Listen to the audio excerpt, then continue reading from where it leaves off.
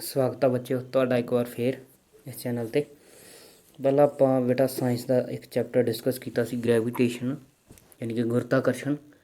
ਅੱਜ ਆਪਾਂ ਉਸ ਚੈप्टर ਨਾਲ ਸੰਬੰਧਿਤ ਮਹੱਤਵਪੂਰਨ ਪ੍ਰਸ਼ਨ ਜੋ ਤੁਹਾਨੂੰ NTSC ਐਗਜ਼ਾਮ ਲਈ ਆ ਸਕਦੇ ਨੇ, ਇਹੋ ਜਿਹੇ ਕੁਐਸਚਨ ਤੁਹਾਨੂੰ ਪੇਪਰ ਦੇ ਵਿੱਚ ਦੇਖਣ ਨੂੰ ਮਿਲਣਗੇ। ਮੇਬੀ ਇਹਦੇ ਵਿੱਚੋਂ ਵੀ ਤੁਹਾਨੂੰ ਇੱਕ ਦੋ ਕੁਐਸਚਨ ਪੇਪਰ ਦੇ ਵਿੱਚ ਆ ਜਾਣ। ਠੀਕ ਹੈ, ਤਾਂ ਤੁਸੀਂ ਇਹਨਾਂ ਨੂੰ ਆਪਣੀ ਕਾਪੀ 'ਤੇ ਨੋਟ ਕਰ ਲੈਣਾ ਅਤੇ ਧਿਆਨ ਨਾਲ ਸਮਝਣਾ ਹੈ। ਠੀਕ ਹੈ ਬੇਟਾ, ਚਲੋ ਸਟਾਰਟ ਕਰਦੇ ਹਾਂ ਆਪਾਂ ਫਸਟ ਕੁਐਸਚਨ ਤੋਂ।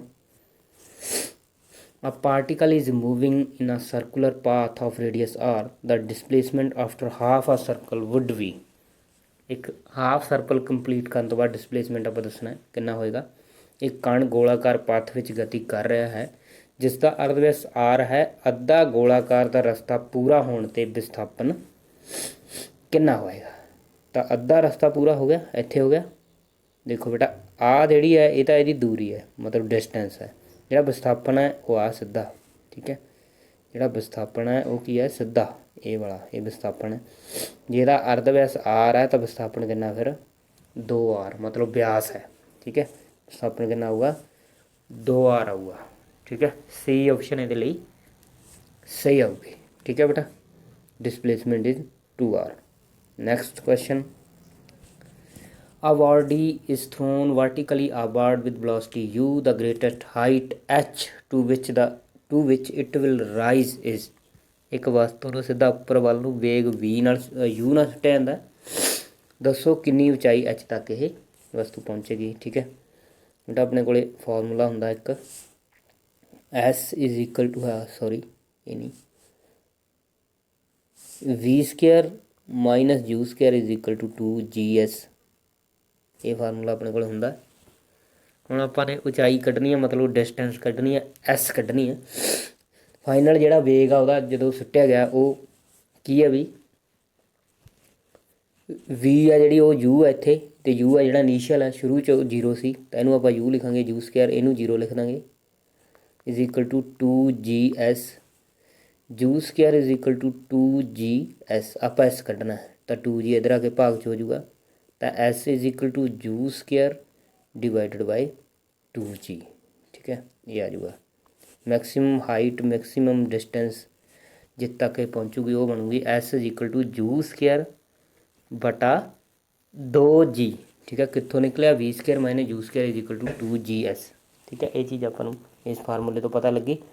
इनीशियल वेलोसिटी शुरू ਦੇ ਵਿੱਚ 0 ਸੀਗੀ, ਬਾਅਦ ਦੇ ਵਿੱਚ ਉਹਨੂੰ u वेलोसिटी ਨਾਲ ਉੱਪਰ ਨੂੰ ਸੁੱਟਿਆ ਤਾਂ v ਦੀ ਥਾਂ ਤੇ ਮੈਂ u ਲਿਖ ਦੂੰਗਾ। ਬਾਕੀ ਆਪਾਂ ਐਸ ਇੱਥੋਂ ਕੱਢ ਲਈ, ਕਿੰਨੀ ਬਣੀ ਬਈ ਯੂ ਸਕੁਅਰ ਬਾਏ 2g। ਕਿਹੜੀ ਆਪਸ਼ਨ ਸਹੀ ਬਣੂਗੀ, ਦੂਜੀ ਆਪਸ਼ਨ ਇਹਦੇ ਲਈ ਸਹੀ ਬਣ ਜੂਗੀ। ਠੀਕ ਹੈ, next question. The numerical ratio of displacement to distance for a moving object is. एक गतिशील वस्तु की विस्थापन ਅਤੇ दूरी का अनुपात की होएगा। Always less than 1, always equal to 1, always more than 1 की होएगा बेटा डी। इक्वल टू और लैस दैन 1 डिस्टेंस ਤੇ डिसप्लेसमेंट ਦਾ ਜਿਹੜਾ ਅਨੁਪਾਤ ਹੈ ਉਹ ਜਾਂ ਤਾਂ ਇਕੁਅਲ ਹੋ ਸਕਦਾ ਇੱਕ ਦੇ, ਮਤਲਬ ਦੋਨੇ ਬਰਾਬਰ ਹੋ ਸਕਦੇ ਨੇ ਡਿਸਟੈਂਸ ਅਤੇ ਡਿਸਪਲੇਸਮੈਂਟ, ਜਾਂ ਕੀ ਆ ਵੀ ਡਿਸਟੈਂਸ ਆ ਜਿਹੜੀ ਉਹ ਡਿਸਪਲੇਸਮੈਂਟ ਤੋਂ ਜ਼ਿਆਦਾ ਹੋ ਸਕਦੀ ਹੈ। ਦੂਰੀ ਆ ਜਿਹੜੀ ਉਹ ਵਿਸਥਾਪਨ ਤੋਂ ਜ਼ਿਆਦਾ ਵੀ ਹੋ ਸਕਦੀ ਹੈ, ਦੂਰੀ ਵਿਸਥਾਪਨ ਦੇ ਬਰਾਬਰ ਵੀ ਹੋ ਸਕਦੀ ਹੈ। ਮਤਲਬ ਇਕੁਅਲ ਔਰ ਲੈਸ ਦੈਨ 1 ਇਹਨਾਂ ਦੀ ਰੇਸ਼ੋ ਹੋਊਗੀ, ਇਹਨਾਂ ਦਾ ਅਨੁਪਾਤ ਹੋਊਗਾ। ਠੀਕ ਹੈ, ਨੈਕਸਟ ਕੁਐਸਚਨ ਆਪਣਾ ਹੈ ਕਿਹੜਾ ਵੀ ਚੌਥਾ। if the displacement of an object is proportional to square of the time then the object moves with displacement ਆ ਜਿਹੜਾ ਉਹ ਵੇਰੀ ਕਰਦਾ square of the time। ਠੀਕ ਹੈ, ਕਿਸੇ ਵਸਤੂ ਦਾ ਵਿਸਥਾਪਨ ਸਮੇਂ ਦੇ ਵਰਗ ਦਾ ਅਨੁਪਾਤੀ ਹੈ ਤਾਂ ਦੱਸੋ ਵਸਤੂ ਦੀ ਗਤੀ ਕੀ ਹੋਏਗੀ। ਕੀ ਹੋਊਗੀ ਵਸਤੂ ਦੀ ਗਤੀ ਵੀ ਕੀ ਹੋਊਗੀ, ਯੂਨੀਫਾਰਮ ਐਕਸਲੇਸ਼ਨ ਨਾਲ ਵਸਤੂ ਹੈ ਜਿਹੜੀ ਉਹ ਮੂਵ ਕਰੇਗੀ, ਇੱਕ ਸਮਾਨ ਪ੍ਰਵੇਗ ਹੋਏਗਾ। ਠੀਕ ਹੈ, ਜਦੋਂ ਵਿਸਥਾਪਨ ਆ ਜਿਹੜਾ ਉਹ ਸਮੇਂ ਦੇ ਵਰਗ ਦਾ ਅਨੁਪਾਤੀ ਹੋਊਗਾ। ਠੀਕ ਹੈ, ਤਾਂ ਉਦੋਂ ਜਿਹੜਾ ਉਹਦਾ ਐਕਸਲੇਸ਼ਨ ਹੋਊਗਾ ਉਹ ਯੂਨੀਫਾਰਮ ਹੋ ਜਾਏਗਾ। ਠੀਕ ਹੈ, next question fifth. From the given VT graph it can be inferred that the object is. ਹੇਠਾਂ ਦਿੱਤੇ ਗ੍ਰਾਫ ਵਿੱਚ ਵਸਤੂ ਦੀ ਗਤੀ ਬਾਰੇ ਸਹੀ ਵਿਕਲਪ ਚੁਣੋ। ਦੇਖੋ ਵੀ ਕੀ ਹੈ, ਵਸਤੂ ਦੀ ਗਤੀ ਸਮੇਂ ਦੇ ਨਾਲ ਜਿਹੜੀ ਵਸਤੂ ਦੀ ਗਤੀ ਹੈ ਵੈਲੋਸਿਟੀ ਹੈ ਉਹ ਕੀ ਹੈ, ਸੇਮ ਰਹਿੰਦੀ ਹੈ। ਮਤਲਬ ਕੀ ਹੈ ਵੀ, ਕੀ ਹੈ, ਯੂਨੀਫਾਰਮ ਮੋਸ਼ਨ ਹੈ, ਇੱਕ ਸਮਾਨ ਗਤੀ ਹੈ। ਸਮੇਂ ਦੇ ਨਾਲ ਨਾਲ ਗਤੀ ਹੈ ਜਿਹੜੀ, ਉਹ ਵੈਲੋਸਿਟੀ ਹੈ ਜਿਹੜੀ ਉਹ ਇੱਕ ਸਮਾਨ ਹੈ, ਵੱਧ ਨਹੀਂ ਰਹੀ ਨਾ ਘਟ ਰਹੀ ਹੈ। ਤਾਂ ਕਿਹੜਾ ਹੈ ਮੋਸ਼ਨ, ਯੂਨੀਫਾਰਮ ਮੋਸ਼ਨ ਹੈ। ਠੀਕ ਹੈ।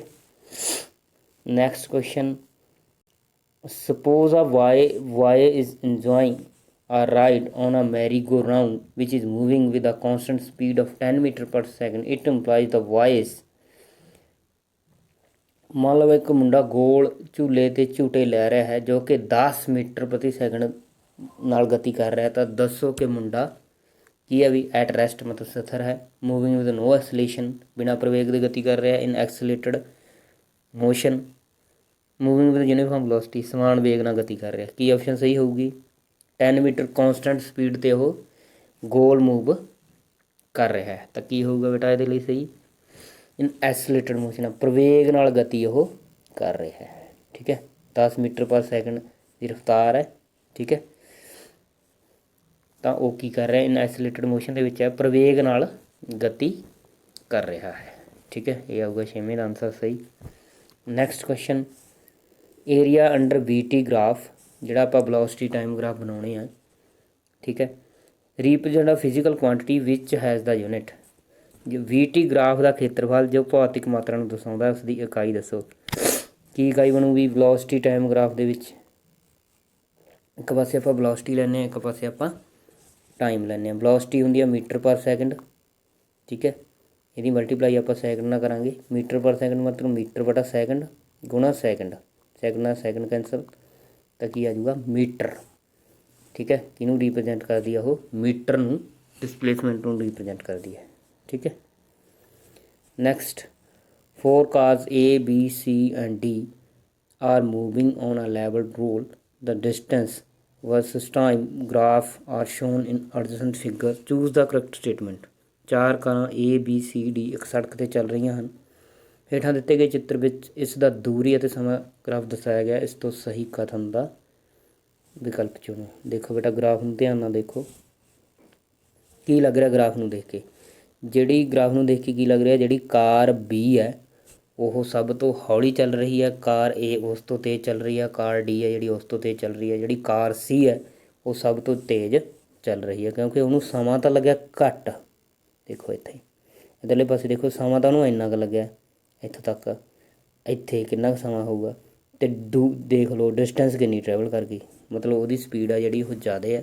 ਠੀਕ ਹੈ। ਅਤੇ ਇਹਨੇ ਇੰਨਾ ਟਾਈਮ ਲੈ ਲਿਆ ਅਤੇ ਡਿਸਟੈਂਸ ਇਹਨੇ ਫਿਰ ਵੀ ਘੱਟ ਟਰੈਵਲ ਕੀਤੀ ਹੈ, ਮਤਲਬ B ਕਾਰ ਆ ਜਿਹੜੀ ਸਭ ਤੋਂ ਹੌਲੀ ਚੱਲ ਰਹੀ ਹੈ। ਕੀ ਆਪਸ਼ਨ ਆ ਜੂਗੀ, car B is the slowest, car B ਸਭ ਤੋਂ ਜ਼ਿਆਦਾ ਹੌਲੀ ਹੈ। Next, which of the following figure correctly represent uniform motion of a moving object. ਹੇਠ ਲਿਖੇ ਚਿੱਤਰ ਵਿੱਚੋਂ ਕਿਹੜਾ ਵਸਤੂ ਦੀ ਇੱਕ ਸਮਾਨ ਗਤੀ ਨੂੰ ਦਰਸਾਉਂਦਾ ਹੈ। ਬਹੁਤ ਸੌਖਾ ਹੈ, ਤਾਂ ਕਿਹੜਾ ਵੀ ਇੱਕ ਸਮਾਨ ਗਤੀ ਨੂੰ ਦਰਸਾਉਂਦਾ। ਡਿਸਟੈਂਸ, ਜਿਵੇਂ ਜਿਵੇਂ ਡਿਸਟੈਂਸ ਵੱਧ ਰਹੀ ਹੈ, ਜਿਵੇਂ ਜਿਵੇਂ ਸਮਾਂ ਵੱਧ ਰਿਹਾ ਉਵੇਂ ਉਵੇਂ ਡਿਸਟੈਂਸ ਵੱਧ ਰਹੀ ਹੈ, ਤਾਂ ਉਹਦੀ ਗਤੀ ਕੀ ਹੈ, ਇੱਕ ਸਮਾਨ ਗਤੀ ਹੈ। ਤਾਂ ਇਹ ਆਪਸ਼ਨ ਇਹਦੇ ਲਈ ਸਹੀ ਆਊਗੀ। Next, the slope of velocity time graph gives, ਵੇਗ ਅਤੇ ਗਤੀ ਦੇ ਗ੍ਰਾਫ ਵਿੱਚ ਢਾਲ ਕੀ ਦਰਸਾਉਂਦੀ ਹੈ। ਕੀ ਹੁੰਦੀ ਹੈ ਵੀ, ਵੈਲੋਸਿਟੀ ਅਪੋਨ ਟਾਈਮ ਦਾ ਜਿਹੜਾ ਬਣਦਾ ਗ੍ਰਾਫ ਦੀ ਢਾਲ ਕੀ ਹੁੰਦੀ ਹੈ, ਆਪਾਂ ਉਹਨੂੰ ਕੀ ਬੋਲਦੇ ਹਾਂ ਬੇਟਾ, ਐਕਸਲੇਸ਼ਨ। ਠੀਕ ਹੈ, ਪ੍ਰਵੇਗ। ਸੀ ਆਪਸ਼ਨ ਸਹੀ ਆਊਗੀ। ਨੈਕਸਟ 11ਵਾਂ, in which of the following cases of motion the distance moved and the magnitude of displacement are equal. ਹੇਠਾਂ ਦਿੱਤੇ ਗਏ ਗਤੀ ਦੇ ਵਿਕਲਪਾਂ ਵਿੱਚ ਚੁਣੋ ਜਿਸ ਵਿੱਚ ਵਿਸਥਾਪਨ ਅਤੇ ਦੂਰੀ ਦੀ ਮਾਤਰਾ ਬਰਾਬਰ ਹੈ। ਕਿਸ ਵਿੱਚ, ਤਾਂ ਬਹੁਤ ਸੌਖਾ, if a car is moving on a state road, ਇੱਕ ਕਾਰ ਸਿੱਧੀ ਸੜਕ 'ਤੇ ਚੱਲ ਰਹੀ ਹੈ ਤਾਂ ਉਹਦੇ ਉਸ ਸਪੇਸ ਦੇ ਵਿੱਚ ਡਿਸਪਲੇਸਮੈਂਟ ਅਤੇ ਡਿਸਟੈਂਸ ਦੋਨੋਂ ਕੀ ਹੋਣਗੇ, ਇਕੁਅਲ ਹੋਣਗੇ, ਮਤਲਬ ਦੂਰੀ ਅਤੇ ਵਿਸਥਾਪਨ ਦੋਨੋਂ ਇਕੁਅਲ ਹੋਣਗੇ। ਠੀਕ ਹੈ।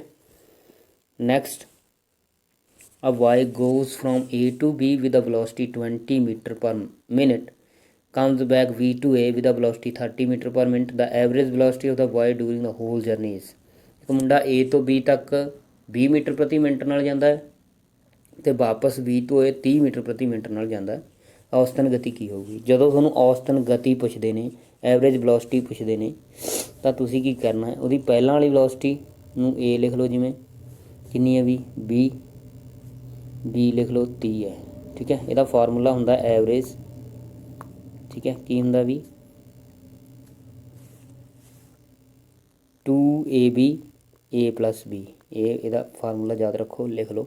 ਐਵਰੇਜ ਵੈਲੋਸਿਟੀ ਕੱਢਣ ਦਾ, ਔਸਤ ਚਾਲ ਕੱਢਣ ਦਾ, ਤਾਂ 2 × 20 × 30, 20 ਅਤੇ 30 ਦਾ ਜੋੜ ਕਰ ਦਾਂਗੇ, ਕਿੰਨਾ ਆ ਜਾਊਗਾ ਵੀ 50, 0 ਨਾਲ 0 ਕੱਟ ਦਿਓ, 5 ਚੌਕਾ 20, ਗੁਣਾ ਕਰ ਦਿਓ 4 ਦੂਣੀ 8, 8 ਤੀਆ 24, ਤਾਂ ਕਿੰਨੀ ਆਊਗੀ ਐਵਰੇਜ ਵੈਲੋਸਿਟੀ ਵੀ 24 ਮੀਟਰ ਪ੍ਰਤੀ ਮਿੰਟ। ਠੀਕ ਹੈ, ਇਹ ਫਾਰਮੂਲਾ ਜਿਹੜਾ ਤੁਸੀਂ ਧਿਆਨ 'ਚ ਰੱਖਣਾ ਐਵਰੇਜ ਵੈਲੋਸਿਟੀ ਕੱਢਣ ਦਾ, 2ab / a + b। ਠੀਕ ਹੈ, 2a ਆਪਣੇ ਕੋਲ 20 ਸੀਗਾ, b ਆਪਣੇ ਕੋਲ 30 ਸੀ। ਠੀਕ ਹੈ, ਤਾਂ ਆਪਾਂ ਕਰਤਾ ਇਹਨੂੰ ਹੱਲ, ਕਿੰਨਾ ਆ ਗਿਆ ਆਪਣੇ ਕੋਲ 24 ਮੀਟਰ ਪ੍ਰਤੀ ਮਿੰਟ। ਠੀਕ ਹੈ, ਕਿਹੜੀ ਆ ਜੂਗੀ ਜੀ, ਪਹਿਲੀ ਆਪਸ਼ਨ ਇਹਦੇ ਲਈ ਸਹੀ ਆ ਜੂਗੀ। Velocity time graph on object is given below, the object has. ਹੇਠਾਂ ਇੱਕ ਵਸਤੂ ਦਾ ਵੇਗ ਅਤੇ ਸਮੇਂ ਦਾ ਗ੍ਰਾਫ ਦਿੱਤਾ ਹੈ, ਇਸ ਨੂੰ ਦੇਖ ਕੇ ਦੱਸੋ ਕਿ ਵਸਤੂ ਕੀ ਹੈ ਵੀ ਵੈਲੋਸਿਟੀ ਹੈ ਜਿਹੜੀ ਉਹ ਘਟ ਰਹੀ ਹੈ ਜਿਵੇਂ ਜਿਵੇਂ ਸਮਾਂ ਵਧ ਰਿਹਾ। ਤਾਂ ਕੀ ਬੋਲਾਂਗੇ ਇਹਨੂੰ, ਯੂਨੀਫਾਰਮ ਰਿਟਾਰਡੇਸ਼ਨ ਬੋਲਾਂਗੇ। ਮਤਲਬ ਇੱਕ ਸਮਾਨ ਗਤੀ ਹੈ ਜਿਹੜੀ ਉਹਦੇ ਵਿੱਚ ਘਟਾਓ ਹੋ ਰਹੀ ਹੈ, ਲਗਾਤਾਰ ਘਾਟਾ ਪੈ ਰਿਹਾ, ਯੂਨੀਫਾਰਮ ਰਿਟਾਰਡੇਸ਼ਨ ਹੈ। ਠੀਕ ਹੈ, ਵੈਲੋਸਿਟੀ ਉਹਦੀ ਜਿਹੜੀ ਚਾਲ ਹੈ, ਉਹਦੀ ਵੇਗ ਆ ਜਿਹੜਾ ਉਹ ਘਟ ਰਿਹਾ, ਸਮੇਂ ਦੇ ਨਾਲ ਨਾਲ ਉਹਦਾ ਵੇਗ ਆ ਜਿਹੜਾ ਉਹ ਘਟ ਰਿਹਾ। ਠੀਕ ਹੈ, ਨੈਕਸਟ ਕੁਐਸਚਨ 14ਵਾਂ, which one of the following graph shows the object to be stationary. ਹੇਠਾਂ ਦਿੱਤੇ ਗ੍ਰਾਫਾਂ ਵਿੱਚੋਂ ਕਿਹੜਾ ਇਹ ਦਰਸਾਉਂਦਾ ਕਿ ਵਸਤੂ ਸਥਿਰ ਅਵਸਥਾ ਵਿੱਚ ਹੈ, ਵਸਤੂ ਮੂਵ ਨਹੀਂ ਕਰ ਰਹੀ, ਵਸਤੂ ਵਿਰਾਮ ਅਵਸਥਾ ਦੇ ਵਿੱਚ ਹੈ, ਵਸਤੂ ਸਟੇਸ਼ਨਰੀ ਹੈ। ਜਿਹੜਾ ਗ੍ਰਾਫ ਸ਼ੋਅ ਕਰਦਾ ਬੇਟਾ ਬੀ ਆਪਸ਼ਨ। ਦੇਖੋ ਟਾਈਮ ਦੇ ਨਾਲ ਉਹਦੀ ਪੋਜੀਸ਼ਨ ਹੈ ਜਿਹੜੀ ਉਹ ਨਹੀਂ ਬਦਲੀ, ਟਾਈਮ ਵਧ ਰਿਹਾ ਪਰ ਉਹਦੀ ਪੋਜੀਸ਼ਨ ਇੱਥੇ ਹੀ ਖੜੀ ਹੈ।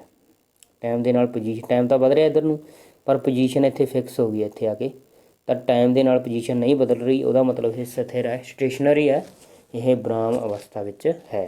ਤਾਂ ਇਹਦੇ ਲਈ ਕਿਹੜੀ ਆਪਸ਼ਨ ਸਹੀ ਬਣੂਗੀ, B. Next, a body is projected vertically upward from the ground, taking vertically upward direction as positive, the point of projection as origin, the sign of displacement of the body from the origin when it is at height h during upward and downward journey will be। ਇੱਕ ਵਸਤੂ ਜ਼ਮੀਨ ਤੋਂ ਸਿੱਧੇ ਉੱਪਰ ਵੱਲ ਨੂੰ ਸੁੱਟੀ ਜਾਂਦੀ ਹੈ, ਉੱਪਰ ਸੁੱਟਣ ਦੀ ਦਿਸ਼ਾ ਨੂੰ ਅਸੀਂ ਧਨਾਤਮਕ ਲੈਣਾ, ਸੁੱਟਣ ਵਾਲੀ ਥਾਂ ਨੂੰ ਸ਼ੁਰੂਆਤੀ ਬਿੰਦੂ ਮੰਨ ਲਓ। ਤਾਂ ਦੱਸੋ ਸ਼ੁਰੂਆਤੀ ਬਿੰਦੂ ਤੋਂ ਉੱਪਰ ਵੱਲ ਤੇ ਹੇਠਾਂ ਵੱਲ ਜਾਂਦੀ ਵਸਤੂ ਦੇ ਵਿਸਥਾਪਨ ਦਾ ਚਿੰਨ੍ਹ ਕੀ ਹੋਏਗਾ। ਪਹਿਲਾਂ ਤਾਂ ਵਿਸਥਾਪਨ ਹੈ, ਇਹਨੂੰ ਆਪਾਂ ਹਮੇਸ਼ਾ ਪੋਜ਼ਿਟਿਵ ਹੀ ਲੈਣਾ, ਬਾਕੀ ਆਪਾਂ ਉੱਪਰ ਨੂੰ ਸਿੱਟ ਰਹੇ ਹਾਂ, ਸ਼ੁਰੂਆਤੀ ਬਿੰਦੂ ਨੀਚੇ ਵਾਲਾ ਲੈ ਲਿਆ, ਉੱਪਰ ਨੂੰ ਸਿੱਟ ਰਹੇ ਹਾਂ, ਇਹ ਕਹਿ ਰਹੇ ਉੱਪਰ ਨੂੰ ਧਨਾਤਮਕ ਲੈਣੀ ਹੈ। ਫਿਰ ਜੋ ਦੂਜੇ ਪਾਸੇ ਆਵਾਂਗੇ ਸ਼ੁਰੂਆਤੀ ਬਿੰਦੂ ਉੱਪਰੋਂ ਮੰਨਾਂਗੇ ਤਾਂ ਉੱਪਰਲੇ ਪਾਸੋਂ ਹੋ ਗਈ ਹੋਊਗੀ ਧਨਾਤਮਕ, ਮਤਲਬ ਕੀ ਵੈਲਿਊ ਆਊਗੀ ਪੋਜ਼ਿਟਿਵ ਹੋਊਗੀ ਦੋਨੋਂ ਕੇਸ 'ਚ। ਠੀਕ ਹੈ, ਇਹ ਆਪਸ਼ਨ ਸਹੀ ਬਣੂਗੀ। According to given velocity time graph ਦਾ ਆਬਜੈਕਟ, ਉੱਪਰ ਦਿੱਤੇ ਗਏ ਵੇਗ ਸਮਾਂ ਗ੍ਰਾਫ ਨੂੰ ਦੇਖ ਕੇ ਦੱਸੋ ਕਿ ਵਸਤੂ ਕੀ ਹੈ ਵੀ। ਇਸ ਗ੍ਰਾਫ ਨੂੰ ਦੇਖ ਕੇ ਕੀ ਲੱਗਦਾ ਵੀ ਜਦੋਂ ਥੋੜ੍ਹਾ ਜਿਹਾ ਮਤਲਬ ਟਾਈਮ ਸ਼ੁਰੂ ਹੀ ਹੋਇਆ ਉਦੋਂ ਵੀ ਵਸਤੂ ਕੋਲ ਥੋੜ੍ਹੀ ਵੇਗ ਆ ਜਿਹੜਾ ਉਹ ਹੈਗਾ ਸੀ, ਸਮ ਇਨੀਸ਼ੀਅਲ ਵੈਲੋਸਿਟੀ ਹੈਗੀ ਸੀ। ਠੀਕ ਹੈ, ਤਾਂ ਕੀ ਬੋਲਾਂਗੇ, ਹੈ ਸਮ ਇਨੀਸ਼ੀਅਲ ਵੈਲੋਸਿਟੀ, ਕੋਲ ਸ਼ੁਰੂਆਤੀ ਵੇਗ ਹੈ। ਠੀਕ ਹੈ, ਉਹਦੇ ਕੋਲ ਪਹਿਲਾਂ ਤੋਂ ਹੀ ਵੇਗ ਸੀਗਾ, ਉਦੋਂ ਬਾਅਦ ਉਹ ਸਮੇਂ ਦੇ ਨਾਲ ਵੇਗ ਵਧਣਾ ਸ਼ੁਰੂ ਹੋ ਗਿਆ, ਪਰ ਇੱਕ ਸਮੇਂ 'ਤੇ ਉਹਦੇ ਕੋਲ ਪਹਿਲਾਂ ਹੀ ਵੇਗ ਸੀਗਾ ਆਪਣੇ ਕੋਲ। ਤਾਂ ਆਪਾਂ ਕੀ ਲਿਖਾਂਗੇ, ਹੈ ਸਮ ਇਨੀਸ਼ੀਅਲ ਵੈਲੋਸਿਟੀ, ਕੋਲ ਸ਼ੁਰੂਆਤੀ ਵੇਗ ਹੈ। ਠੀਕ ਹੈ, next question, the ratio of speed to the magnitude of velocity when the body is moving in one direction. ਜੇਕਰ ਇੱਕ ਵਸਤੂ ਇੱਕ ਹੀ ਦਿਸ਼ਾ ਵਿੱਚ ਚੱਲ ਰਹੀ ਹੈ ਤਾਂ ਗਤੀ ਅਤੇ ਵੇਗ ਦੀ ਮਾਤਰਾ ਦਾ ਅਨੁਪਾਤ ਕੀ ਹੋਊਗਾ। ਦੇਖੋ ਵੀ ਕੀ ਹੋਊਗਾ, ਇੱਕ ਦਿਸ਼ਾ ਵਿੱਚ ਚੱਲ ਰਹੀ ਹੈ, ਠੀਕ ਹੈ, ਤਾਂ ਕੀ ਹੋਊਗਾ, ਵੈਲੋਸਿਟੀ ਅਤੇ ਸਪੀਡ ਦਾ ਅਨੁਪਾਤ। ਇੱਕੋ ਦਿਸ਼ਾ ਵਿੱਚ ਵੈਲੋਸਿਟੀ ਅਤੇ ਸਪੀਡ ਆ ਜਿਹੜੇ ਉਹ ਸੇਮ ਹੀ ਹੋਣਗੇ, ਤਾਂ ਉਹਨਾਂ ਦਾ ਅਨੁਪਾਤ ਕੀ ਹੋਊਗਾ, =1 ਹੋਊਗਾ। ਇੱਕੋ ਦਿਸ਼ਾ ਵਿੱਚ ਜਦੋਂ ਜਾ ਰਹੇ ਨੇ, ਡਿਸਟੈਂਸ ਅਤੇ ਡਿਸਪਲੇਸਮੈਂਟ ਬਰਾਬਰ ਹੋਣਗੇ, ਉਸੇ ਕਰਕੇ ਸਪੀਡ ਅਤੇ ਵੈਲੋਸਿਟੀ ਵੀ ਬਰਾਬਰ ਹੋਣਗੇ, ਮਤਲਬ ਵੇਗ ਅਤੇ ਚਾਲ ਬਰਾਬਰ ਹੋਣਗੇ, ਤਾਂ ਉਹਨਾਂ ਦਾ ਅਨੁਪਾਤ ਕੀ ਹੋ ਜਾਊਗਾ ਦੋਵਾਂ ਦਾ, ਜਦੋਂ ਵੇਗ ਅਤੇ ਚਾਲ ਬਰਾਬਰ ਹੋਣਗੇ ਦੋਵਾਂ ਦਾ ਅਨੁਪਾਤ ਕੀ ਹੋ ਜਾਊਗਾ, ਸਪੀਡ ਅਤੇ ਵੈਲੋਸਿਟੀ ਜਦੋਂ ਬਰਾਬਰ ਹੋ ਜਾਣਗੇ ਦੋਵਾਂ ਦਾ ਅਨੁਪਾਤ ਕਿੰਨਾ ਹੋ ਜਾਊ ਬੇਟਾ, 1 ਹੋ ਜਾਊਗਾ। ਠੀਕ ਹੈ, ਕੱਟੇ ਜਾਣਗੇ ਨਾ ਜਦੋਂ ਬਰਾਬਰ ਹੋ ਗਏ। ਤਾਂ ਇਕੁਅਲ ਟੂ 1, 1 ਦੇ ਬਰਾਬਰ। Next question, a car is moving along a straight road with uniform velocity, it is shown in the graph। Uniform road ਤੇ ਚੱਲ ਰਹੀ ਹੈ, ਸਟ੍ਰੇਟ ਰੋਡ ਤੇ ਚੱਲ ਰਹੀ ਹੈ, ਯੂਨੀਫਾਰਮ ਵੈਲੋਸਿਟੀ ਹੈ। ਗ੍ਰਾਫ ਆਪਾਂ ਦੱਸਣਾ ਵੀ ਇਹਦੇ ਵਿੱਚੋਂ ਕਿਹੜਾ ਸਹੀ ਹੈ 18ਵੇਂ ਕੁਐਸਚਨ ਲਈ। ਦੇਖੋ ਵੀ ਇਹ ਸਹੀ ਹੈ, straight line with uniform velocity, ਮਤਲਬ ਵੈਲੋਸਿਟੀ ਹੈ ਜਿਹੜੀ ਉਹ ਯੂਨੀਫਾਰਮ ਹੈ, ਬਦਲ ਨਹੀਂ ਰਹੀ ਸਮੇਂ ਦੇ ਨਾਲ। ਸਮੇਂ ਨਾਲ ਵੈਲੋਸਿਟੀ ਨਹੀਂ ਬਦਲ ਰਹੀ, ਉਹਦਾ ਮਤਲਬ ਕੀ ਆ ਵੀ ਯੂਨੀਫਾਰਮ ਵੈਲੋਸਿਟੀ ਹੈ। ਤਾਂ ਕਿਹੜੇ ਗ੍ਰਾਫ ਦੇ ਵਿੱਚ ਉਹ ਸਮਾਂ ਬਦਲ ਰਿਹਾ ਪਰ ਵੈਲੋਸਿਟੀ ਸੇਮ ਹੈ, ਉਸ ਕਰਕੇ ਕਿਹੜੀ ਵੈਲੋਸਿਟੀ ਹੈ, ਯੂਨੀਫਾਰਮ ਹੈ। ਠੀਕ ਹੈ, ਤਾਂ ਇਹ ਆਪਸ਼ਨ ਡੀ ਆਪਸ਼ਨ ਇਹਦੇ ਲਈ ਸਹੀ ਹੈ। ਨੈਕਸਟ ਕੁਐਸਚਨ, ਇਹਦੇ ਵਿੱਚ ਵੀ ਥੋੜ੍ਹੀ ਜਿਹੀ ਪ੍ਰੋਬਲਮ ਹੈ, ਇਹ ਆਪਾਂ ਡਿਸਕਸ ਨਹੀਂ ਕਰਾਂਗੇ। ਕੁਐਸਚਨ 'ਚ ਹੀ ਪ੍ਰੋਬਲਮ ਆ, ਇੰਗਲਿਸ਼ ਦੇ ਵਿੱਚ ਕੁਛ ਹੋਰ ਕਹਿੰਦੇ ਨਹੀਂ, ਪੰਜਾਬੀ ਦੇ ਵਿੱਚ ਹੋਰ। ਦੇਖੋ, which of the following situation is possible, ਹੇਠ ਲਿਖਿਆਂ ਵਿੱਚੋਂ ਕਿਹੜੀ ਸਥਿਤੀ ਅਸੰਭਵ ਹੈ। ਇੱਥੇ ਤਾਂ ਪੋਸੀਬਲ ਕਹੀ ਜਾਂਦੇ ਆ, ਨੀਚੇ ਇੰਪੋਸੀਬਲ ਕਹੀ ਜਾਂਦੇ ਆ। ਠੀਕ ਹੈ, ਇਹਨੂੰ ਡਿਸਕਸ ਨਹੀਂ ਕਰਾਂਗੇ। ਅਗਲਾ ਕੁਐਸਚਨ ਦੇਖੋ, ਵਿਚ of the following graph is not possible, ਹੇਠ ਲਿਖਿਆਂ ਵਿੱਚੋਂ ਕਿਹੜਾ ਗ੍ਰਾਫ ਅਸੰਭਵ ਹੈ, ਜਿਹੜਾ ਗ੍ਰਾਫ ਨਹੀਂ ਬਣ ਸਕਦਾ। ਇਹ ਗ੍ਰਾਫ ਨਹੀਂ ਬਣ ਸਕਦਾ। ਠੀਕ ਹੈ, ਪਹਿਲਾਂ ਕੀ ਹੋਇਆ, ਟਾਈਮ ਦੇ ਨਾਲ ਵੈਲੋਸਿਟੀ ਵਧੀ, ਫਿਰ ਘਟੀ, ਫਿਰ ਕੀ ਵਾਪਸ ਆ ਗਿਆ। ਕਲੋਜ਼ਡ ਕਰਵ ਆ ਜਿਹੜੀ ਵੈਲੋਸਿਟੀ ਟਾਈਮ ਗ੍ਰਾਫ ਦੇ ਵਿੱਚ ਨਹੀਂ ਬਣ ਸਕਦੀ। ਇਹ ਗ੍ਰਾਫ ਆ ਜਿਹੜਾ ਇਹ ਸੰਭਵ ਨਹੀਂ ਹੈ। ਇਹਦੇ ਲਈ ਸੀ ਆਪਸ਼ਨ ਕਿਹੜੀ ਆਊਗੀ, B. Next question, two objects of different masses falling freely under the surface of the moon would, ਦੋ ਵਸਤੂਆਂ ਜਿਨ੍ਹਾਂ ਦਾ ਪੁੰਜ ਵੱਖ-ਵੱਖ ਹੈ ਉਹ ਚੰਦ ਦੀ ਸਤਹ 'ਤੇ ਸੁਤੰਤਰ ਡਿੱਗਦੀਆਂ ਹਨ, ਇਸ ਲਈ ਕਥਨ ਚੁਣੋ। ਕੀ ਹੈ ਵੀ, ਪੁੰਜ ਭਾਵੇਂ ਵੱਖ-ਵੱਖ ਹੈ ਪਰ ਚੰਦ ਦੀ ਸਤਹ ਸੁਤੰਤਰ ਡਿੱਗਦੀਆਂ ਨੇ। ਕਿਉਂ ਸੁਤੰਤਰ ਡਿੱਗਦੀਆਂ ਨੇ, ਦੱਸੋ ਵੀ। 21ਵਾਂ ਕੁਐਸਚਨ ਹੈ, ਕਿਉਂ ਸੁਤੰਤਰ ਡਿੱਗਦੀਆਂ ਨੇ, ਕਿਉਂਕਿ ਉਹਨਾਂ ਦੀ ਵੈਲੋਸਿਟੀ ਹੈ ਜਿਹੜੀ ਸੇਮ ਹੁੰਦੀ ਹੈ। Have same velocity at any instant, ਕਿਸੇ ਵੀ ਵੇਲੇ ਵਸਤੂਆਂ ਦਾ ਵੇਗ ਆ ਜਿਹੜਾ ਉਹ ਇੱਕ ਸਮਾਨ ਹੋਵੇਗਾ। ਠੀਕ ਹੈ, ਇੱਕ ਸਮਾਨ ਹੋਵੇਗਾ ਕਿਉਂਕਿ ਦੋਹਾਂ 'ਤੇ ਇੱਕੋ ਜਿਹੀ ਗ੍ਰੈਵਿਟੀ ਲੱਗੇਗੀ, ਇੱਕੋ ਜਿਹਾ ਗੁਰਤਾ ਪ੍ਰਵੇਗ ਆ ਜਿਹੜਾ ਉਹ ਲੱਗੂਗਾ ਦੋਵਾਂ 'ਤੇ। ਠੀਕ ਹੈ ਬੇਟਾ। Next, the value of acceleration due to gravity, ਗੁਰਤਾਕਰਸ਼ਣ ਪ੍ਰਵੇਗ ਦਾ ਮਾਨਕ ਕਿੱਥੇ ਜ਼ਿਆਦਾ ਹੁੰਦਾ ਵੀ, ਕਿੱਥੇ ਘੱਟ ਹੁੰਦਾ, ਕਿੱਥੇ ਘੱਟ ਹੁੰਦਾ, at least on the equator, ਭੂ ਮੱਧ ਰੇਖਾ 'ਤੇ ਸਭ ਤੋਂ ਘੱਟ ਹੋਏਗਾ। ਭੂ ਮੱਧ ਰੇਖਾ 'ਤੇ ਸਭ ਤੋਂ ਘੱਟ ਹੋਏਗਾ, ਪੋਲ 'ਤੇ ਸਭ ਤੋਂ ਜ਼ਿਆਦਾ ਹੁੰਦਾ, ਭੂ ਮੱਧ ਰੇਖਾ ਤੋਂ ਘੱਟ ਹੁੰਦਾ। ਜਦੋਂ ਭੂ ਮੱਧ ਰੇਖਾ ਤੋਂ ਆਪਾਂ ਪੋਲ ਵੱਲ ਨੂੰ ਜਾਂਦੇ ਹਾਂ, ਇਕੁਏਟਰ ਤੋਂ ਆਪਾਂ ਪੋਲ ਵੱਲ ਨੂੰ ਜਾਂਦੇ ਹਾਂ, ਮਤਲਬ ਭੂ ਮੱਧ ਰੇਖਾ ਤੋਂ ਧਰੁਵਾਂ ਵੱਲ ਨੂੰ ਜਾਂਦੇ ਹਾਂ, ਤਾਂ ਇਹਦਾ ਮੁੱਲ ਆ ਜਿਹੜਾ ਉਹ ਵੱਧਦਾ ਜਾਂਦਾ ਹੈ। ਠੀਕ ਹੈ, ਮਤਲਬ ਸਭ ਤੋਂ ਘੱਟ ਕਿੱਥੇ ਹੁੰਦਾ, ਇਕੁਏਟਰ 'ਤੇ ਹੁੰਦਾ, ਭੂ ਮੱਧ ਰੇਖਾ 'ਤੇ ਹੁੰਦਾ।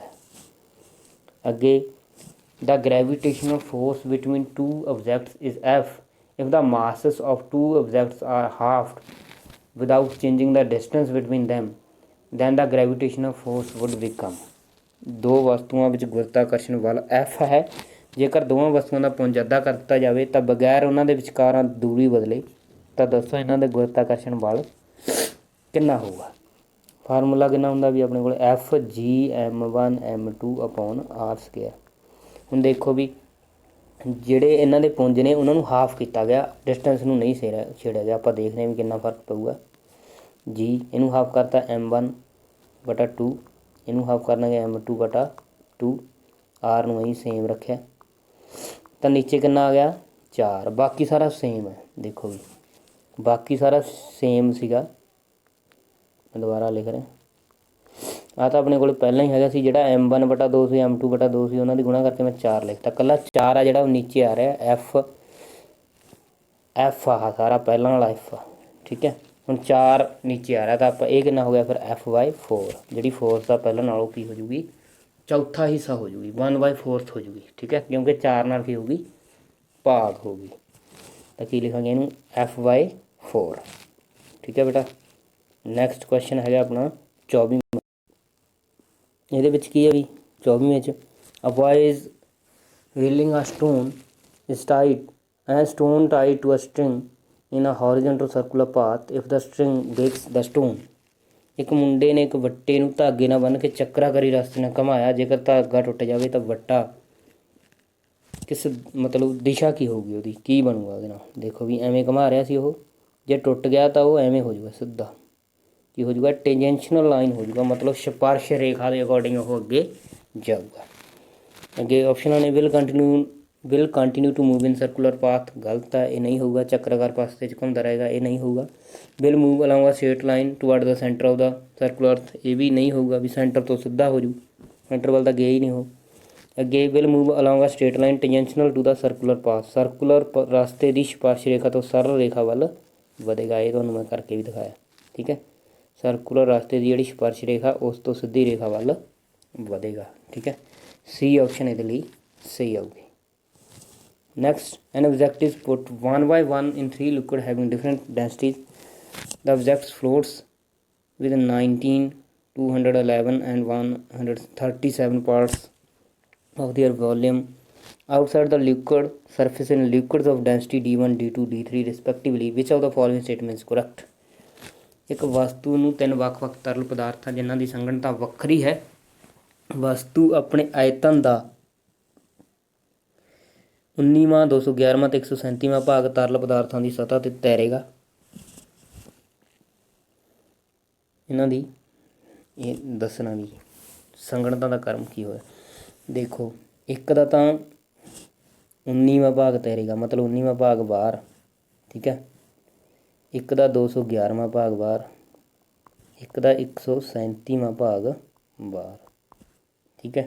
हम देखो जिहदा 1/19वां भाग बाहर है, बाकियां दे मुकाबले इहदा भाग आ जिहड़ा ओह ज़्यादा बाहर है, बाकियां दे मुकाबले जे इहदा भाग ज़्यादा बाहर है, इहदा भाग ज़्यादा बाहर है तो यह की है भी बाकियों के मुकाबले घट डुबी है,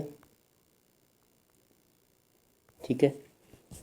यह वस्तु इस वस्तु है जी बाकी लिक्विड के मुकाबले इस लिक्विड के विच घट डुबी है। जो घट डुबी है तो यदी डेंसिटी ज़्यादा है, मतलब D1 की डेंसिटी है जी सब तो ज़्यादा है। 1 नंबर लिखता इनू मैं क्योंकि यदी सब तो ज़्यादा है। उदू बाद भी ये घट डुबी है क्योंकि यदा भाग है जोड़ा ज़्यादा बाहर है, ये घट डुबी है। मतलब जो D3 है यदी डेंसिटी दूजे नंबर पर है, तो यदी फिर किन्ने नंबर पर है भी तीजे नंबर पर डेंसिटी है, ठीक है। मतलब सब तो वध डेंसिटी की है D1 की, उदू घट D3 की, ठीक है। सब तो वध D1 की, उदू D3 की, उदू वध D2। आह जिहड़ा इहदे लई सही क्रम आएगा। ये ऑप्शनों के नहीं है, शायद ऑप्शनों के गलती है कोई, ठीक है बेटा। इसलिए लिए सही क्रम क्या आएगा D1, D3 and D2। Next, in the relation F is equal to G MM upon D square the quantity G, ये G की है भी जोड़ा आप फोर्स पढ़ते सी G MM upon R square या D स्क्वायर, ये G की है तो आप दसिया सी ना पहले ही जोड़ा आप टॉपिक भी किया की सी ये गुरुत्वीय स्थिर अंक सीगा G, ਜਾਂ ਆਪਾਂ ਕਹਾਂਗੇ यूनीवर्सल कॉन्सटेंट सीगा, ठीक है। D ऑप्शन सही है। G is universal constant of nature, एक सर्वव्यापी स्थिर अंक है, ठीक है। अगे laws of gravitation gives the gravitational force between, गुरुत्वाकर्षण का नियम गुरुत्वाकर्षण वाल डैश बेकार दसदा है, किन्हां दे विचकार दसदा भी गुरुत्वाकर्षण का नियम है जिहड़ा किहदे विचकार दसदा force, any two body having some mass, कोई भी दो वस्तुआं जिन्हां दा कोई ना कोई पुंज होवे उन्हां दे विचकार यह गुरुत्वाकर्षण वाला जिहड़ा ओह लगदा है। कोई भी वस्तुआं हो सकदियां धरती ते जिन्हां दा कोई पुंज होवे, बस पुंज होना चाहिए, ठीक है। सी ऑप्शन सही होगी। Next, the value of quantity G in the laws of gravitation, गुरुत्वाकर्षण के नियम विच G का मान, G का मान किते निर्भर करता भी ये आपको दसना, किसी ते निर्भर करता, G तो कॉन्सटेंट है ना, ठीक है। It is independent of mass and radius of earth, ये किसी ते निर्भर नहीं करता। वस्तु का पुंज धरती के व्यास और पुंज ते निर्भर नहीं करता क्योंकि यह यूनीवर्सल कॉन्सटेंट है, ठीक है, सर्वव्यापी स्थिर अंक है। Next question, two particle are placed at some distance, if the mass of each of two particle is doubled keeping the distance between them unchange, the value of gravitation force between them will be. ਉਹੀ ਗੱਲ ਪਹਿਲਾਂ ਆਪਾਂ ਜਿਹੜੇ ਉਹਨਾਂ ਦੇ ਪੁੰਜ ਸੀਗੇ ਉਹਨਾਂ ਨੂੰ ਅੱਧਾ ਕੀਤਾ ਸੀ, ਹੁਣ ਆਪਾਂ ਇਹਨਾਂ ਨੂੰ ਕੀ ਕਰ ਦਾਂਗੇ ਦੁੱਗਣਾ, ਦੂਰੀ ਨਹੀਂ ਬਦਲਣੀ ਤਾਂ ਆਪਾਂ ਦੱਸਣਾ ਵੀ ਫੋਰਸ, ਠੀਕ ਹੈ। ਪਹਿਲਾਂ ਵਾਲੀ ਫੋਰਸ ਲਿਖਦਾ ਮੈਂ ਜਿਹੜੀ ਐਗਜ਼ੈਕਟਲੀ ਹੁੰਦੀ ਹੈ GM1 M2 upon R square, ਇਹ ਪਹਿਲਾਂ ਹੁੰਦੀ ਹੈ, ਠੀਕ ਹੈ। ਹੁਣ ਵਾਲੀ ਵੀ F1 ਲਿਖਤਾ ਇਹਨੂੰ ਮੈਂ G, ਇਹਨੂੰ M1 ਨੂੰ ਕੀ ਲਿਖਾਂਗੇ ਹੁਣ 2m1 ਗੁਣਾ 2m1 ਇਹਨੂੰ ਵੀ 2m2 ਆਰ ਸਕੁਆਇਰ ਨੂੰ ਐਜ਼ ਇਟ ਇਜ਼ 2/2 ਕੀ ਹੋ ਜਾਊਗਾ 4 ਇਹਨੂੰ ਮੂਹਰੇ ਲਿਆਓ 4g m1 m2 upon R Square. ਤਾਂ f1 ਆ ਜਿਹੜਾ ਉਹ f ਦਾ ਕਿੰਨੇ ਗੁਣਾ ਹੋ ਗਿਆ ਵੀ 4 ਗੁਣਾ ਹੋ ਗਿਆ। ਠੀਕ ਹੈ, ਜਦੋਂ ਆਪਾਂ ਉਹਨਾਂ ਨੂੰ ਹਰੇਕ ਨੂੰ ਡਬਲ ਕਰ ਦਾਂਗੇ ਤਾਂ ਦੁੱਗਣਾ ਕਰ ਦਾਂਗੇ ਦੂਰੀ ਨੂੰ ਬਿਨਾਂ ਬਦਲੇ, ਤਾਂ ਜਿਹੜਾ ਗ੍ਰੈਵੀਟੇਸ਼ਨਲ ਫੋਰਸ ਹੈ ਬਲ ਲੱਗੂਗਾ ਉਹ ਕੀ ਹੋ ਜੂਗੀ 4 ਗੁਣਾ ਲੱਗੂਗਾ। ਠੀਕ ਹੈ, ਕੀ ਆਪਸ਼ਨ ਆ ਜੂਗੀ ਇਹਦੇ ਲਈ ਸਹੀ, ਬੀ ਆਪਸ਼ਨ ਆ ਜੂਗੀ 4 ਗੁਣਾ 4 times. Next question, the atmosphere is held to earth by, ਧਰਤੀ ਦੇ ਵਾਯੂਮੰਡਲ ਕਿਸ ਕਾਰਨ ਟਿਕਿਆ ਹੋਇਆ ਹੈ। ਇਹ ਆਪਾਂ ਦੱਸਣਾ ਕਿਸ ਕਾਰਨ ਟਿਕਿਆ ਹੋਇਆ, ਬਹੁਤ ਸੌਖਾ ਹੈ, ਗ੍ਰੈਵਿਟੀ ਗੁਰਤਾਕਰਸ਼ਣ। ਕੋਈ ਵਸਤੂ ਧਰਤੀ ਨਾਲ ਜੁੜੀ ਹੋਈ ਹੈ, ਕਿਹਦੇ ਕਰਕੇ ਜੁੜੀ ਹੋਈ ਹੈ, ਐਕਸਲੇਸ਼ਨ ਡਿਊ ਟੂ ਗ੍ਰੈਵਿਟੀ ਕਰਕੇ, ਗੁਰਤਾਕਰਸ਼ਣ ਕਰਕੇ। ਠੀਕ ਹੈ, the force of attraction between two unit point masses separated by unit distance ਕੀ ਕਿਹਾ ਜਾਊਗਾ ਵੀ, ਆਪਾਂ ਫੋਰਸ ਆਫ ਗ੍ਰੈਵਿਟੇਸ਼ਨ ਪੜ੍ਹਿਆ ਨਾ GM1 M2 upon R Square, ਇਹ ਪੜ੍ਹਿਆ ਆਪਾਂ। ਹੁਣ ਮਾਸ ਵੀ ਉਹਨਾਂ ਦੇ ਯੂਨਿਟ ਲੈਣੇ ਆ, ਮਤਲਬ ਇੱਕ ਲੈਣੇ ਆ, ਡਿਸਟੈਂਸ ਵੀ ਯੂਨਿਟ ਲੈਣੀ ਆ, ਆਪਾਂ ਫੋਰਸ ਦੱਸਣੀ ਹੈ ਵੀ ਕਿੰਨੀ ਹੋ ਜੂਗੀ ਜੀ। ਇਹਨੂੰ 1 ਬਣਾਂਗੇ 1 ਗੁਣਾ 1 ਡਿਵਾਈਡ ਬਾਈ 1, ਇਹ ਤਾਂ 1 ਨਹੀਂ ਹੋ ਗਿਆ ਸਾਰਾ, ਮਤਲਬ ਕਿਹਦੇ ਬਰਾਬਰ ਹੋ ਗਿਆ ਜੀ। ਫੋਰਸ ਆ ਜਿਹੜੀ ਉਹ ਜੀ ਦੇ ਬਰਾਬਰ ਹੋ ਜੂ, ਮਤਲਬ ਗੁਰਤ ਵੀ ਸਥਿਰ ਅੰਕ ਦੇ ਬਰਾਬਰ ਹੋ ਜੂਗਾ ਬਲ। ਗੁਰਤਾਕਰਸ਼ਣ ਵਾਲਾ ਜਿਹੜਾ ਉਹ ਗ੍ਰੈਵੀਟੇਸ਼ਨਲ ਯੂਨੀਵਰਸਲ ਗ੍ਰੈਵੀਟੇਸ਼ਨ ਕਾਂਸਟੈਂਟ ਦੇ ਬਰਾਬਰ ਹੋ ਜੂਗਾ। ਠੀਕ ਹੈ, ਯੂਨੀਵਰਸਲ ਗ੍ਰੈਵੀਟੇਸ਼ਨ ਕਾਂਸਟੈਂਟ ਹੋ ਜੂਗਾ ਗੁਰਤਾਕਰਸ਼ਣ ਸਰਵਵਿਆਪੀ ਸਥਿਰ ਅੰਕ। ਠੀਕ ਹੈ ਬੇਟਾ। Next, the weight of an object at the centre of the earth of radius R is, ਇੱਕ ਵਸਤੂ ਦਾ ਭਾਰ ਧਰਤੀ ਦੇ ਮੱਧ ਵਿੱਚ ਕਿੰਨਾ ਹੋਏਗਾ, ਕਿੰਨਾ ਹੋਏਗਾ ਵੀ 0 ਹੋ ਜਾਏਗਾ। ਧਰਤੀ ਦੇ ਮੱਧ ਵਿੱਚ ਜਿਹੜੀ ਐਕਸਲੇਸ਼ਨ ਡਿਊ ਟੂ ਗ੍ਰੈਵਿਟੀ ਹੈ ਉਹ 0 ਹੋ ਜਾਂਦੀ ਹੈ। ਭਾਰ ਆ ਜਿਹੜਾ ਉਹ ਐਫ ਫੋਰਸ ਇਹਦੇ ਬਰਾਬਰ ਹੁੰਦਾ ਮਾਸ ਗੁਣਾ ਐਕਸਲੇਸ਼ਨ ਡਿਊ ਟੂ ਗ੍ਰੈਵਿਟੀ ਕੀਤਾ ਸੀ ਨਾ, ਭਾਰ ਪੁੰਜ ਗੁਣਾ ਗ੍ਰੈਵਿਟੀ, ਪੁੰਜ m ਜਿੰਨਾ ਵੀ ਹੋਊਗਾ, ਗ੍ਰੈਵਿਟੀ ਕਿੰਨੀ ਹੋ ਜੂਗੀ 0 ਹੋ ਜੂਗੀ, ਤਾਂ ਕਿੰਨਾ ਹੋ ਜੂਗੀ ਵੇਟ 0 ਹੋ ਜੂਗਾ ਮੱਧ ਦੇ ਵਿੱਚ। ਠੀਕ ਹੈ, next question, an object weighs in 10 newton in air when immersed fully in water it weighs only 8 Newton. The weight of the liquid displaced by the object will be, ਪਹਿਲਾਂ 10 ਨਿਊਟਨ ਸੀ, ਜਦੋਂ ਉਹਨੂੰ ਪਾਣੀ ਦੇ ਵਿੱਚ ਪਾਇਆ ਗਿਆ ਉਹ 8 ਨਿਊਟਨ ਵੇਟ ਉਹਦਾ ਲੱਗਣ ਲੱਗ ਗਿਆ। ਠੀਕ ਹੈ, ਹੁਣ ਆਪਾਂ ਦੱਸਣਾ ਵੀ ਉਹਨੇ ਕਿੰਨਾ ਤਰਲ ਪਦਾਰਥ ਆ ਜਿਹੜਾ ਵਿਸਥਾਪਿਤ ਕਰਤਾ।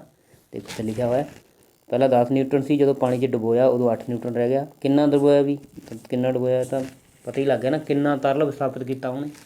10 ਨਿਊਟਨ ਪਹਿਲਾਂ ਸੀ, 8 ਨਿਊਟਨ ਲੱਗ ਰਿਹਾ, ਤਾਂ ਕਿੰਨਾ ਡਿਸਪਲੇਸ ਕੀਤਾ ਪਾਣੀ ਉਹਨੇ 2 ਨਿਊਟਨ। ਠੀਕ ਹੈ, ਸੌਖੇ ਸੀ ਤਾਂ। Next, a girl stands on a box having 60 centimeter length and 40 centimeter breadth and 20 centimeter width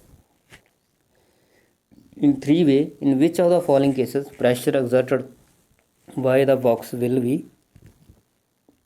ਕਦੋਂ ਮੈਕਸੀਮਮ ਹੋਊਗਾ ਇਹ ਦੇਖਣਾ ਆਪਾਂ, ਜਾਂ ਸੇਮ ਹੋਊਗਾ ਜਾਂ ਮੈਕਸੀਮਮ ਹੋਊਗਾ ਇਹ ਆਪਾਂ ਦੇਖਣਾ। ਇੱਕ ਕੁੜੀ ਬਕਸੇ ਉੱਤੇ ਖੜੀ ਹੈ ਜਿਸ ਦੀ ਲੰਬਾਈ ਚੌੜਾਈ ਅਤੇ ਉਚਾਈ ਆਪਾਂ ਨੂੰ ਦਿੱਤੀ ਹੈ, ਬਕਸੇ 'ਤੇ ਲੱਗਿਆ ਦਬਾਅ ਕਦੋਂ ਮੈਕਸੀਮਮ ਆ ਜਿਹੜਾ ਉਹ ਹੋਏਗਾ, ਉਹ ਆਪਾਂ ਦੇਖਣਾ ਦੱਸਣਾ। ਠੀਕ ਹੈ, first maximum when length and breadth from the base, ਜਦੋਂ ਬੇਸ 'ਤੇ ਲੈਂਥ ਅਤੇ ਬ੍ਰੈਡਥ ਹੋਣੀ ਆ। ਆਪਾਂ ਏਰੀਆ ਕੱਢ ਲੈਂਦੇ ਹਾਂ, ਕਿਉਂਕਿ ਏਰੀਆ ਜ਼ਿਆਦਾ ਹੋਊਗਾ ਤਾਂ ਪ੍ਰੈਸ਼ਰ ਘੱਟ ਹੋਊਗਾ। ਏਰੀਆ ਦੇਖਦੇ ਹਾਂ ਕਿਹੜੇ ਕੇਸ 'ਚ ਘੱਟ ਆ, ਉਹ 'ਚ ਪ੍ਰੈਸ਼ਰ ਜ਼ਿਆਦਾ ਹੋਊਗਾ। ਦੇਖੋ ਵੀ ਪਹਿਲੇ ਕੇਸ 'ਚ ਏਰੀਆ ਲੰਬਾਈ ਅਤੇ ਚੌੜਾਈ ਦਾ, ਜਦੋਂ ਲੰਬਾਈ ਅਤੇ ਚੌੜਾਈ ਹੋਣਗੇ ਬੇਸ ਦੇ ਵਿੱਚ ਕੀ ਹੋਊਗਾ ਵੀ 60 × 40, 60 × 40, 60 × 40 ਹੋ ਜੂਗਾ, ਮਲਟੀਪਲਾਈ ਕਰ ਦਾਂਗੇ 2400 ਹੋ ਜੂਗਾ। ਇਸ ਪਹਿਲੇ ਕੇਸ ਦੇ ਵਿੱਚ ਏਰੀਆ 2400 ਹੋ ਜੂ ਖੇਤਰਫਲ। ਦੂਸਰੇ ਕੇਸ ਦੇ ਵਿੱਚ ਵੀ 40 × 20, ਮਤਲਬ ਜਦੋਂ ਆਪਾਂ ਉਚਾਈ ਅਤੇ ਚੌੜਾਈ ਲਵਾਂਗੇ ਕਿੰਨਾ ਹੋ ਜੂ 800। ਤੀਸਰੇ ਕੇਸ ਦੇ ਵਿੱਚ ਏਰੀਆ 20 × 60, ਲੰਬਾਈ ਅਤੇ ਉਚਾਈ ਲਵਾਂਗੇ ਉਦੋਂ ਕੀ ਹੋ ਜੂਗਾ 1200। ਹੁਣ ਕਿਸ ਕੇਸ ਦੇ ਵਿੱਚ ਏਰੀਆ ਘੱਟ ਹੈ ਵੀ ਉਸ ਖੇਤਰ ਦੇ ਵਿੱਚ ਦਬਾਅ ਜਿਹੜਾ ਉਹ ਵੱਧ ਲੱਗੇਗਾ। ਕਦੋਂ ਦੇਖੋ ਵੀ ਕਦੋਂ ਕੀ 'ਚ ਏਰੀਆ ਘੱਟ ਹੈ, ਇਸ ਸੈਕਿੰਡ ਕੇਸ ਦੇ ਵਿੱਚ ਏਰੀਆ ਘੱਟ ਹੈ ਤਾਂ ਇਸ ਕੇਸ ਦੇ ਵਿੱਚ ਦਬਾਅ ਜਿਹੜਾ ਸਭ ਤੋਂ ਵੱਧ ਲੱਗੇਗਾ। ਕਿਹੜਾ ਕੇਸ ਆ ਵੀ ਇਹ second case. Maximum when breadth and width from the base, ਸਭ ਤੋਂ ਵੱਧ ਹੋਏਗਾ ਜਦੋਂ ਉਚਾਈ ਤੇ ਚੜਾਈ ਬਕਸੇ ਦਾ ਆਧਾਰ ਹੋਣਗੇ। ਦੇਖੋ ਬੇਟਾ 35ਵਾਂ question, an apple falls from a tree because of gravitational attraction between the earth and the apple if F1 is the magnitude of force exerted by the earth on the apple and F2 is the magnitude of force exerted by the apple on the earth, then ਕੀ ਹੈ ਵੀ F1 ਤਾਂ ਉਹ force ਹੈ ਜਿਹੜੀ ਧਰਤੀ ਸੇਬ ਉੱਤੇ ਲਗਾ ਰਹੀ ਹੈ, F2 ਉਹ ਫੋਰਸ ਹੈ ਉਹ ਬਲ ਹੈ ਜਿਹੜਾ ਸੇਬ ਧਰਤੀ ਉੱਤੇ ਲਗਾ ਰਿਹਾ, ਠੀਕ ਹੈ। ਤਾਂ ਕੀ ਹੋਊਗਾ ਇਹ ਤੋਂ ਬਾਅਦ ਆਪਾਂ ਦੱਸਣਾ ਵੀ ਕੀ ਹੋਊਗਾ ਵੀ ਦੋਨੋਂ ਕੀ ਹੋਣਗੇ, ਇਕੁਅਲ ਹੋਣਗੇ, F1 ਅਤੇ F2 ਇਕੁਅਲ ਹੋਣਗੇ। ਓਨੀ ਫੋਰਸ ਧਰਤੀ ਸੇਬ 'ਤੇ ਲਗਾ ਰਹੀ ਹੈ, ਓਨੀ ਹੀ ਫੋਰਸ ਸੇਬ ਧਰਤੀ 'ਤੇ ਲਗਾ ਰਿਹਾ। ਕਿਉਂ ਹੋਣਗੇ ਇਕੁਅਲ? ਕਿਉਂਕਿ ਆਪਾਂ ਨਿਊਟਨ ਦਾ ਤੀਜਾ ਗਤੀ ਨਿਯਮ ਪੜ੍ਹਿਆ, ਉਹਦੇ ਵਿੱਚ ਆਪਾਂ ਕੀ ਪੜ੍ਹਿਆ ਸੀ ਵੀ action reaction and always equal and opposite, ਠੀਕ ਹੈ। ਮਤਲਬ ਕਿਰਿਆ ਅਤੇ ਪ੍ਰਤੀਕਿਰਿਆ ਵਾਲਾ ਜਿਹੜੇ ਹਮੇਸ਼ਾ ਬਰਾਬਰ ਹੁੰਦੇ ਨੇ ਅਤੇ ਇੱਕ ਦੂਜੇ ਦੇ ਉਲਟ ਕਿਰਿਆ ਕਰਦੇ ਨੇ, ਠੀਕ ਹੈ। ਨੈਕਸਟ ਕੁਐਸਚਨ ਹੈਗਾ the acceleration due to gravity on the earth depends upon ਦਾ ਧਰਤੀ ਦਾ ਗੁਰਤਾਕਰਸ਼ਣ ਪ੍ਰਵੇਗ ਕਿਸ 'ਤੇ ਨਿਰਭਰ ਕਰਦਾ। ਇਹ ਆਪਾਂ ਫਾਰਮੂਲਾ ਪੜ੍ਹਿਆ ਸੀ G=GM/R²। ਇਹ ਫਾਰਮੂਲਾ ਸੀ। ਤਾਂ ਕਿਸ 'ਤੇ ਡਿਪੈਂਡ ਕਰਦਾ ਵੀ M 'ਤੇ ਡਿਪੈਂਡ ਕਰਦਾ ਹੈ, ਠੀਕ ਹੈ। ਦੂਰੀ ਇਹਨਾਂ ਨੇ ਦਿੱਤੀ ਨਹੀਂ। ਮਾਸ of the body, mass of ਅਰਥ, M ਆ ਜਿਹੜਾ ਕੈਪੀਟਲ M ਕੀ ਹੈ ਇੱਥੇ ਮਾਸ ਆਫ ਅਰਥ ਹੈ। ਇਹ ਫਾਰਮੂਲਾ ਪੜ੍ਹਿਆ ਸੀ ਨਾ ਆਪਾਂ ਗ੍ਰੈਵਿਟੀ ਦਾ। ਮਾਸ ਆਫ ਅਰਥ ਮਤਲਬ ਧਰਤੀ ਦੇ ਪੁੰਜ 'ਤੇ ਨਿਰਭਰ ਕਰਦੀ ਹੈ। Acceleration due to gravity small g M 'ਤੇ ਡਿਪੈਂਡ ਕਰਦੀ ਹੈ ਪੁੰਜ 'ਤੇ, ਠੀਕ ਹੈ। When a mango falls from a mango tree then ਜਦੋਂ ਅੰਬ ਦਰਖਤ ਤੋਂ ਡਿੱਗਦਾ ਤਾਂ ਕੀ ਹੁੰਦਾ? ਸਿਰਫ ਧਰਤੀ ਅੰਬ ਨੂੰ ਖਿੱਚਦੀ ਹੈ, ਸਿਰਫ ਅੰਬ ਧਰਤੀ ਨੂੰ ਖਿੱਚਦਾ ਹੈ। ਮਤਲਬ ਅਰਥ ਅਟਰੈਕਟਸ ਟੂ ਮੈਂਗੋ ਔਰ ਮੈਂਗੋ ਅਟਰੈਕਟਸ ਦ ਅਰਥ, ਬੋਥ ਦ ਮੈਂਗੋ ਐਂਡ ਅਰਥ ਅਟਰੈਕਟ ਈਚ ਅਦਰ। ਦੋਵੇਂ ਅੰਬ ਅਤੇ ਧਰਤੀ ਇੱਕ ਦੂਜੇ ਨੂੰ ਆਕਰਸ਼ਿਤ ਕਰਦੇ ਹਨ। ਕਿਹੜਾ ਸਹੀ ਹੈ ਵੀ ਇਹੀ ਸਹੀ ਹੈ, ਨਿਊਟਨ ਦਾ ਤੀਜਾ ਗਤੀ ਨਿਯਮ ਆਪਾਂ ਨੂੰ ਕਹਿੰਦਾ, ਠੀਕ ਹੈ। ਦੋਵੇਂ ਇੱਕ ਦੂਜੇ 'ਤੇ ਫੋਰਸ ਲਾਉਣਗੇ, ਐਕਸ਼ਨ ਐਂਡ ਰਿਐਕਸ਼ਨ, ਠੀਕ ਹੈ। ਮੈਂਗੋ ਵੀ ਲਾਊ, ਅਰਥ ਵੀ ਲਾਊ, ਠੀਕ ਹੈ। ਅੰਬ ਅਤੇ ਧਰਤੀ ਦੋਨੋਂ ਇੱਕ ਦੂਜੇ ਨੂੰ ਆਕਰਸ਼ਿਤ ਕਰਦੇ ਹਨ। ਸੀ। ਨੈਕਸਟ, ਵੈਨ ਆ ਸ਼ਿਪ ਫਲੋਟਸ ਇਨ ਅ ਸੀ ਵਾਟਰ, ਠੀਕ ਹੈ। ਕਦੋਂ ਤੈਰਦੀ ਹੈ ਵੀ ਕਿਸ਼ਤੀ? ਕਦੋਂ ਤੈਰਦੀ ਹੈ ਵੀ ਜਦੋਂ ਵੇਟ ਆਫ ਵਾਟਰ ਡਿਸਪਲੇਸ, ਜਿੰਨਾ ਉਹਨੇ ਪਾਣੀ ਪਰਾਂ ਹਟਾਇਆ is equal to the weight of ship, ਉਹ ਜਿਹੜੀ ਕਿਸ਼ਤੀ ਹੈ ਉਸ ਦੇ ਪੁੰਜ ਦੇ ਬਰਾਬਰ ਹੋਵੇ। ਜਿੰਨਾ ਪਾਣੀ ਦਾ ਪੁੰਜ ਉਹਨੇ ਪਰਾਂ ਹਟਾਇਆ ਉਹ ਕਿਸ਼ਤੀ ਦੇ ਪੁੰਜ ਦੇ ਬਰਾਬਰ ਹੋਊਗਾ ਤਾਂ ਹੀ ਉਹ ਕਿਸ਼ਤੀ ਤੈਰੇਗੀ, ਠੀਕ ਹੈ। ਸੀ ਆਪਸ਼ਨ ਇਸ ਲਈ ਸਹੀ ਬਣੂਗੀ। ਨੈਕਸਟ ਕੁਐਸਚਨ ਦੇਖੋ ਵੀ SI ਯੂਨਿਟ ਆਫ ਪ੍ਰੈਸ਼ਰ, ਦਬਾਓ ਦੀ SI ਇਕਾਈ ਕੀ ਹੈ? Pressure is equal to force upon area ਹੁੰਦਾ। ਫੋਰਸ ਦੀ SI ਯੂਨਿਟ ਨਿਊਟਨ ਹੁੰਦੀ ਹੈ, ਏਰੀਆ ਦੀ ਮੀਟਰ ਸਕੁਏਅਰ ਹੁੰਦੀ ਹੈ। ਤਾਂ ਇਹਨੂੰ ਕੀ ਲਿਖਾਂਗੇ ਨਿਊਟਨ ਪਰ ਮੀਟਰ ਸਕੁਏਅਰ, ਠੀਕ ਹੈ। ਕਿਹੜੀ ਆਪਸ਼ਨ ਸਹੀ ਬਣੂਗੀ ਵੀ? C option newton per metre square. Next question, if the gravitational attraction of the earth suddenly disappear which of the following statement will be true. ਮਤਲਬ ਜਿਹੜਾ ਗ੍ਰੈਵੀਟੇਸ਼ਨਲ ਅਟਰੈਕਸ਼ਨ ਹੈ acceleration due to gravity ਲੱਗ ਰਿਹਾ ਜਿਹਦੇ ਕਰਕੇ ਆਪਾਂ ਧਰਤੀ 'ਤੇ ਤੁਰੇ ਫਿਰਦੇ ਹਾਂ, ਮਤਲਬ ਧਰਤੀ ਆਪਾਂ ਨੂੰ ਖਿੱਚ ਕੇ ਰੱਖਦੀ ਹੈ ਨੀਚੇ ਵੱਲ ਨੂੰ ਹਰੇਕ ਵਸਤੂ ਨੂੰ। ਜੇ ਉਹ ਇੱਕੋ ਦਮ ਡਿਸਅਪੀਅਰ ਹੋ ਜਾਏ ਤਾਂ ਕੀ ਹੋ ਜਾਊਗਾ? ਜੇਕਰ ਧਰਤੀ ਦਾ ਗੁਰਤਾਕਰਸ਼ਣ ਧਰਤੀ ਤੋਂ ਇੱਕਦਮ ਗਾਇਬ ਹੋ ਜਾਵੇ ਤਾਂ ਕੀ ਹੋਊਗਾ? ਕੀ ਹੋਊਗਾ ਵੀ weight of the body will become zero and mass will remain same. ਬਿਲਕੁਲ ਸਹੀ, ਠੀਕ ਹੈ। ਵਸਤੂ ਦਾ ਜਿਹੜਾ ਭਾਰ ਆ ਉਹ ਜ਼ੀਰੋ ਹੋ ਜਾਏਗਾ ਪਰ ਪੁੰਜ ਸਮਾਨ ਰਹੇਗਾ। ਪੁੰਜ ਤਾਂ ਸਮਾਨ ਰਹੇਗਾ ਨਾ। ਪੁੰਜ ਕੀ ਹੁੰਦਾ? ਮਾਸ ਕੀ ਹੁੰਦਾ ਵੀ ਕਿੰਨੇ ਮੈਟਰ ਤੋਂ ਮਿਲ ਕੇ ਕੋਈ ਬਾਡੀ ਬਣੀ ਹੋਈ ਹੈ, ਕਿੰਨੇ ਪਦਾਰਥ ਤੋਂ ਮਿਲ ਕੇ ਬਣੀ ਹੈ। ਬਾਡੀ ਤਾਂ ਉਨੇ ਪਦਾਰਥ ਤੋਂ ਹੀ ਮਿਲ ਕੇ ਬਣੀ ਹੈ ਨਾ। ਗ੍ਰੈਵਿਟੀ ਭਾਵੇਂ ਜ਼ੀਰੋ ਹੋ ਵੀ ਜਾਵੇ ਪਰ ਭਾਰ ਜ਼ੀਰੋ ਹੋ ਜਾਊਗਾ। ਭਾਰ ਆਪਾਂ ਨੂੰ ਪਤਾ ਵੀ W ਵੇਟ ਕਿਹਦੇ ਬਰਾਬਰ ਹੁੰਦਾ ਹੈ? mg ਦੇ। G acceleration due to gravity. ਹੁਣ M ਤਾਂ ਉਨਾ ਹੀ ਰਹੂਗਾ ਪੁੰਜ ਦਾ, G ਕਹਿੰਦੇ ਗਾਇਬ ਹੋ ਜਾਏ ਮਤਲਬ ਜ਼ੀਰੋ ਹੋ ਜੂਗੀ G, ਤਾਂ ਕੀ ਹੋ ਜੂਗਾ ਇਹ ਜ਼ੀਰੋ। ਮਤਲਬ ਵੇਟ ਆ ਜਿਹੜਾ ਉਹ ਤਾਂ ਜ਼ੀਰੋ ਹੋ ਜੂਗਾ ਪਰ ਪੁੰਜ ਆ ਉਹ ਰਿਮੇਨਸ ਸੇਮ, ਪੁੰਜ ਉਨਾ ਹੀ ਰਹੇਗਾ, ਠੀਕ ਹੈ। ਤਾਂ ਇਹਦੇ ਲਈ A ਆਪਸ਼ਨ ਹੈ ਜਿਹੜੀ ਉਹ ਸਹੀ ਆਏਗੀ। ਇਹ ਸੀਗੇ ਬੇਟਾ ਗ੍ਰੈਵੀਟੇਸ਼ਨ ਨਾਲ ਸੰਬੰਧਿਤ ਕੁਛ ਮਹੱਤਵਪੂਰਨ ਆਪਣੇ ਪ੍ਰਸ਼ਨ। ਇਹਨਾਂ ਦੇ ਵਿੱਚੋਂ ਕੁਛ ਕੁਐਸਚਨ ਤੁਹਾਨੂੰ ਪੇਪਰ ਦੇ ਵਿੱਚ ਪੁੱਛੇ ਜਾ ਸਕਦੇ ਆ। ਥੈਂਕ ਯੂ ਬੇਟਾ।